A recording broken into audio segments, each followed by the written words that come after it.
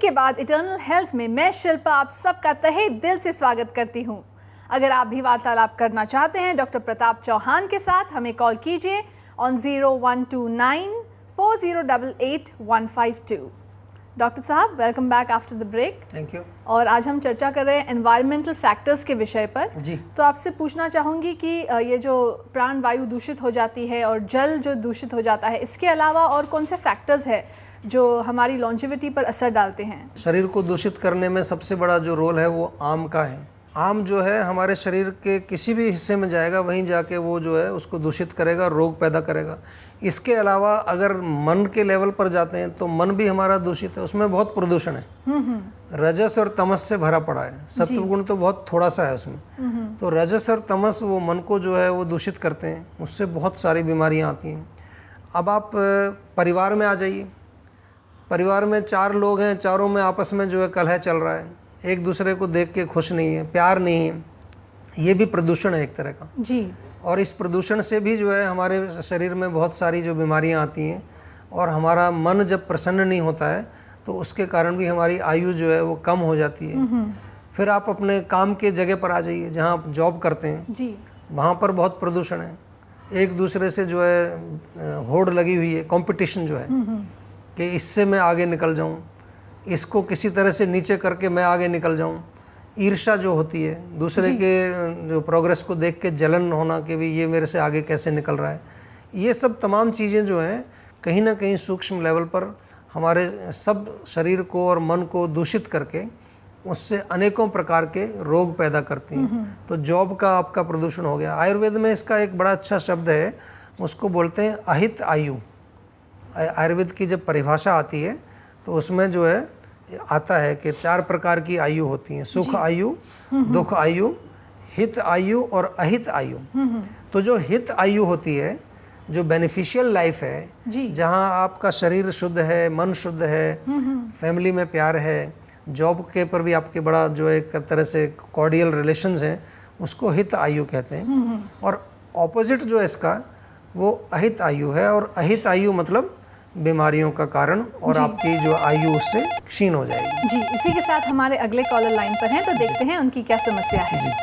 Hello. Hello. हाँ जी, नमस्कार, welcome to eternal health. आपका शुभ नाम? जी, मेरा नाम मनोज तिवारी बोल रहा हूँ। हाँ जी, कहाँ से बोल रहे हैं आप? यूपी के महोबे से बात कर रहे हैं। प्लीज बताइए आपकी समस्या क्या है, शॉर्ट में बताइए, डॉक्टर साहब हमारे सुन रहे काका हैं। जी हैं सर, हमारे काका जी हैं जी। उनके साथ ये दिक्कत हो रही है कि उनको सांस बहुत चलती है, ये सर्दियाँ आ जाती हैं कि बस सोना मुश्किल है। अच्छा, कब से चल रही है समस्या उनकी? सर ये कम से कम 8 साल हो गए हैं। अच्छा। और अंग्रेजी दवाएं तो खा रहे हैं, डॉक्टर ने एक पंप दिए हैं, वो पंप जैसे ही मुंह में डालते हैं तो थोड़ी देर के लिए आराम है। अच्छा। तो फिर तकलीफ बढ़ जाती है। और रात में तो मतलब लेट सकते ही नहीं है, बैठे तो आराम है और लेटे तो फिर तकलीफ है, कई बार तो लेके जाना पड़ा अस्पताल।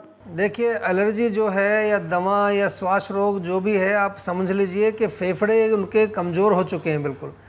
वो अपने आप से काम नहीं कर पा रहे हैं, वो अपने आप से फैल नहीं रहे हैं और सिकुड़ नहीं रहे हैं, उनकी मांसपेशियों में कमज़ोरी आ गई है। यही कारण है कि अंदर जो बलगम फंस जाता है उसकी वजह से उनको जो है सांस फूलता है। वो पंप ले लेते हैं थोड़ी देर के लिए, 2-3 घंटे के लिए फेफड़े जो है वो एक्सपेंड हो जाते हैं, सांस थोड़ा आ जाता है, लेकिन रोग का कारण ठीक नहीं हो रहा है। आप अगर एक काम शुरू करें, देखिए आप है वैसे तो बहुत पुराना रोग है, लेकिन आपको मैं एक बहुत बेहतरीन चीज़ बताता हूँ। अगर केवल उनको च्यवनप्राश खिलाना शुरू करें आप दिन में 2 बार, कम से कम जो है 20 ग्राम च्यवनप्राश एक टाइम में आप खिलाइए। 20 ग्राम सुबह, 20 ग्राम शाम को। लगातार उनको च्यवनप्राश 1 साल तक आप खिलाएंगे तो आप देखिए चमत्कारिक रिजल्ट आएगा। क्योंकि उनको जो एलर्जी शब्द आपने प्रयोग किया है, एलर्जी का मतलब होता है कि रोग प्रतिरोधक शक्ति जो है फेफड़ों की वो कमज़ोर हो गई है, इम्यूनिटी पावर उनकी वीक हो चुकी है। और हमारे चरक संहिता में इसका डिस्क्रिप्शन है बहुत अच्छा कि जो च्यवनप्राश है, जो च्यवन ऋषि ने जो बनाया था फार्मूला, वो रोग प्रतिरोधक शक्ति को बनाने में बहुत काम करता है। साथ में जो है श्वास का असर है और हमारे अन्य जो है सिस्टम्स को भी वो टॉनिफाई करता है। तो ये आप करें। साथ में आयुर्वेदिक दवाई आप हमारे यहाँ से मंगा लें, थोड़ा एक फ़ोन कॉल करेंगे दोबारा से और डॉक्टर से डिटेल में बात करेंगे तो उनका पूरा डिस्क्रिप्शन हम समझ लेंगे, उनके पाचन के बारे में, उनके जो बाउल मूवमेंट्स के बारे में, मल शुद्धि कैसी हो रही है, और उनके अन्य जो भी उनके जो हिस्ट्री होगी वो पूरी हिस्ट्री लेकर के और समझ करके फिर इसके लिए एक दवाई भी दी जाएगी। और दवाई जब आयुर्वेदिक शुरू करेंगे तो अभी पंप जो आप उनको दे रहे हैं, जो इन्हेलर दे रहे हैं, वो बंद एकदम से नहीं करना है। जैसे जैसे फेफड़ों में शक्ति आएगी, थोड़ा उनको आराम आने लगेगा, तो इन्हेलर को धीरे धीरे धीरे हम थोड़ा सा कम करते जाएंगे और इस प्रकार से उनका इलाज होगा। इलाज ज़रूर होगा, लेकिन टाइम लगेगा, 1 साल 2 साल या 3 साल भी लग सकते हैं, पुराना रोग है।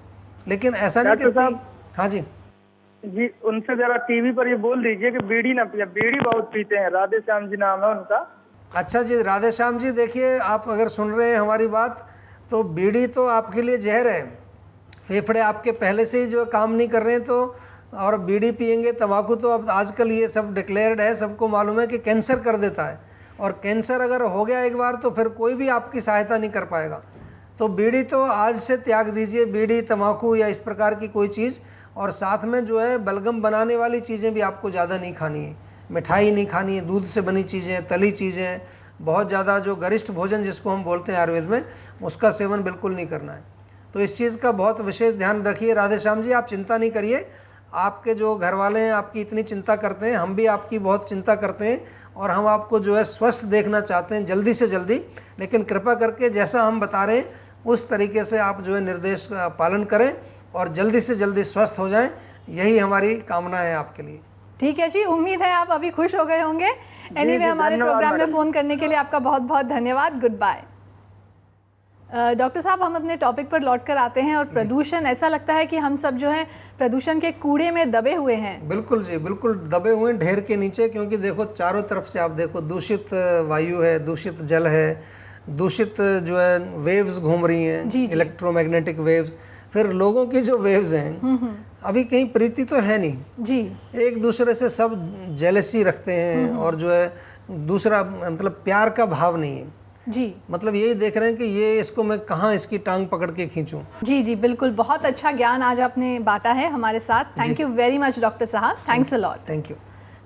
तो दोस्तों, एपिसोड समाप्त होने के बाद भी आप लोग हमसे संपर्क कर सकते हैं। नोट कर लीजिए हमारा पता: जीवा आयुर्वेद, जीवा मार्ग, sector 21B, Faridabad, Haryana, pin 121001, India. हमारा ईमेल आईडी है info@jiva.com। हमारी वेबसाइट है www.jiva.com।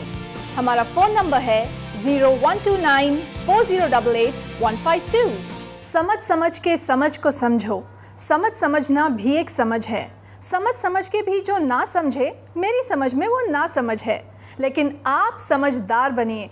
Be aware of your environment. अपने एनवायरनमेंट को प्रोटेक्ट करने की कोशिश कीजिए। मदर अर्थ को बचाइए, नहीं तो फिर कुछ नहीं बचेगा। साथ ही साथ अपने मन की सफाई रखना भी बहुत ज़रूरी है। So in short, good words, good thoughts, good deeds. इसी संदेश के साथ मैं शिल्पा आपसे लेना चाहूँगी विदा। गुड बाय, नमस्कार, टेक केयर, हमें आपकी फिक्र है।